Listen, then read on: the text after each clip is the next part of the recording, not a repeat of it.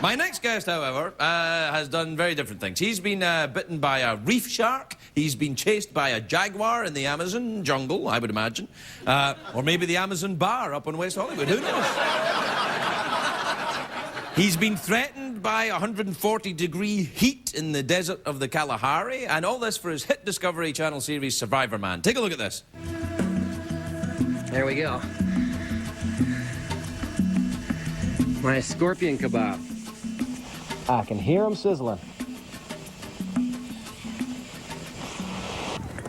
Time to munch on some scorpions.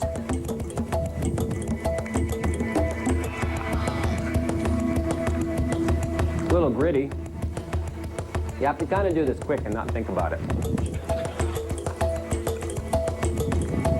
The more you think about it, the more you won't do it. Oh, my Lord. Please welcome Les Stroud, everybody. Les Stroud.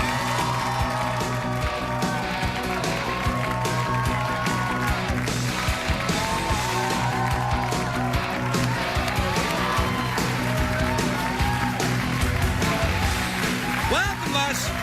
Thank you, Craig. Welcome, Les. How are you? Good, very good. Did you enjoy the scorpions we prepared for the guests? A lot more tasty than you think. Yeah, good. Was it real? I mean, for the folks that haven't seen the show, and I can't imagine there are many of them, but for the folks that haven't seen the show, what is the premise of the show? Drop me in the middle of nowhere, leave me there to survive. No food, no water, and no camera crew. Just leave me alone, and after 7 days I come back, hopefully still walking. Right, so there's no you set up the camera and do it all yourself? Yeah.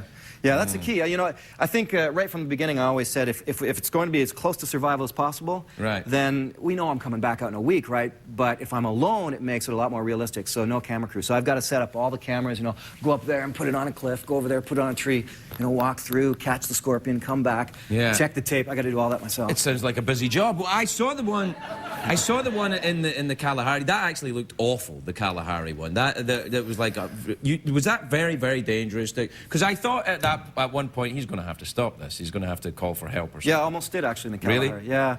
Well, you know, mostly when you hear about getting chased by a jaguar or polar bear in the Arctic. You got chased by a polar bear? Well, I was in thick in their territory. I had tracks around my camp. Those are the ones people go, right? Yeah. But in fact, the most danger I've ever been in was in the Kalahari Desert because I got heat exhaustion on the one night. And if you watch the show, there's this moment where I just go clunk with my head, and I stare at the camera, and that's not play acting. That's my eyes are going dilated, and I'm just like. That's happened to me on this show. Yeah, well, I've seen it.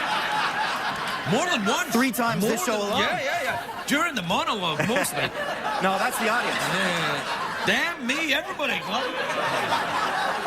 Pupil dilates. The pupils are dilating all over America. So now, how on earth did you get into this? How did you end up doing this?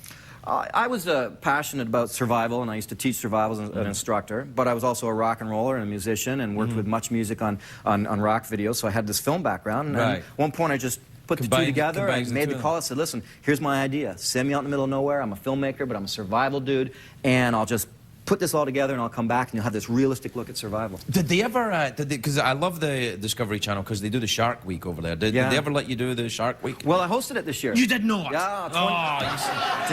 You didn't know that, did you? I did actually, 20th anniversure. Yeah. You hosted killer. It was killer. Yeah. No, you got bitten by a shark though, didn't you? I did, yeah. What kind of shark was it? Still got a little scar in there. It got through to the knuckles.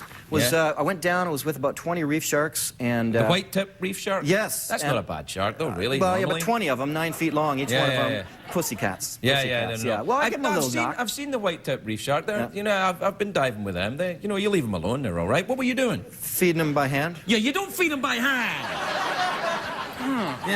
That's when they're going to bite you. Nobody stopped. They didn't tell me that. Yeah.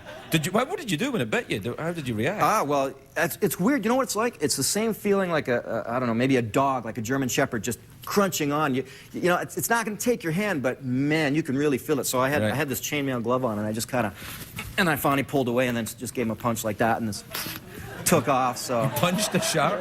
Yeah. Punched the shark, eh? Well.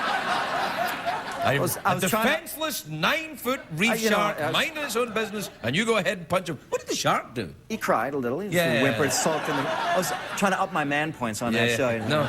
No, that's it. What is it? Now, to do that, that's what you're meant to do when you meet that kind of aggression, right? Because these big predators, they've never seen that before, right? It's like that with big predators everywhere, even land mammals. You know, a lot of times you freak them out. A big predator doesn't want to get hurt. That's what they're thinking, I can eat this guy, but I'm not sure if he can hurt me. And then you go around, you tweak his nose, like a woman saved her life by tweaking a bear's nose. A kid saved his life by watching the Discovery Channel, Shark Week, and learning how to punch a shark, saved his life that way. It freaks a predator out. He goes, wow, this guy might hurt me. Maybe I better He's seen Shark Week. Let's get out of here. Yeah. Or he's seen this show. And The pupils dilate, the head rolls back. Sharks everywhere, rolling over in the ocean back. Rolling over. Now, what is the thing you've been most frightened of then? What frightens you when you go into the bugs frighten you? No, you know, I do okay with the creepy crawlies. They don't get to me too much. Right. You know, heights. Heights do.